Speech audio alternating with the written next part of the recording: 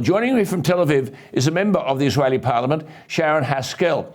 She formerly served as a member of the Knesset for Likud, the governing party. She was its youngest member. But in December 2020, she joined a new party, New Hope, and was again elected to the Knesset. Sharren Haskel lived in Australia for 6 years, where she worked as a veterinary nurse in the Bondi Vet Animal Hospital. She's an advocate of medical cannabis or medical cannabis usage, as am I, a spirited supporter of free markets and civil liberties, and has made the very simple but arresting point.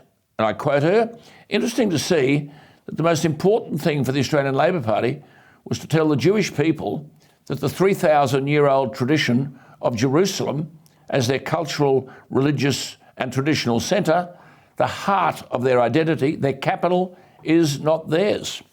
Well, Sharren joins me now from Tel Aviv. Sharren, thank you so much for your time. Really good to talk to you. You've made the point with the repudiation by the Labor government to no longer recognise West Jerusalem as Israel's capital. It's like telling the Australian Aboriginal community that we don't recognise Uluru as their cultural and religious centre. It's a fair point.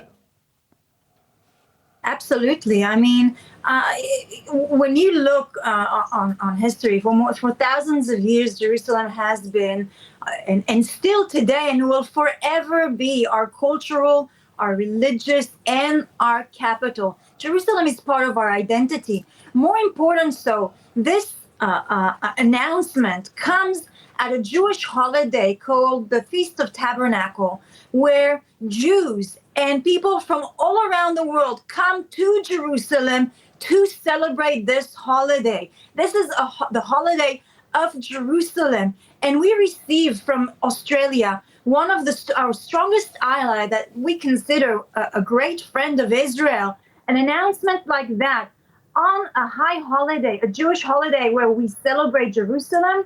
This is an absolute insult to Israelis. Israeli received it in a very, many Israelis are quite angered about this announcement. Can I just there, Sharren, apologise on behalf of many people in Australia who don't believe, even if they wanted to do it, that this is the way things should be done. This is a gratuitous insult. I think your Prime Minister has got it right. You know the political scene in Australia. What do you think has prompted this to occur? Well, that's really sad. I really believe that this is a move in order to please some, political activists, the extreme left in Australia, who unfortunately we see not just in Australia but also in America and in Europe a rise of anti-Semitism in the extreme left from all around the world, where they have a double standard against Israel, where they time after time make comments against Israel and against the Jewish people who are here in Israel, in their homeland. It is very, very sad to see it, and it's very sad to see Australia and the Australian Foreign Minister, Penny Wong, falling for this populistic pleasing those voters instead of standing up for a moral compass. Absolutely. You need to understand. You've made the point. You've made the point, though, the Australian Labor Party, if now the Australian Labor Party government believe Tel Aviv is the capital, how are Australian political leaders going to meet your Prime Minister, your President, your ministers, members of Parliament, because they all work in Jerusalem?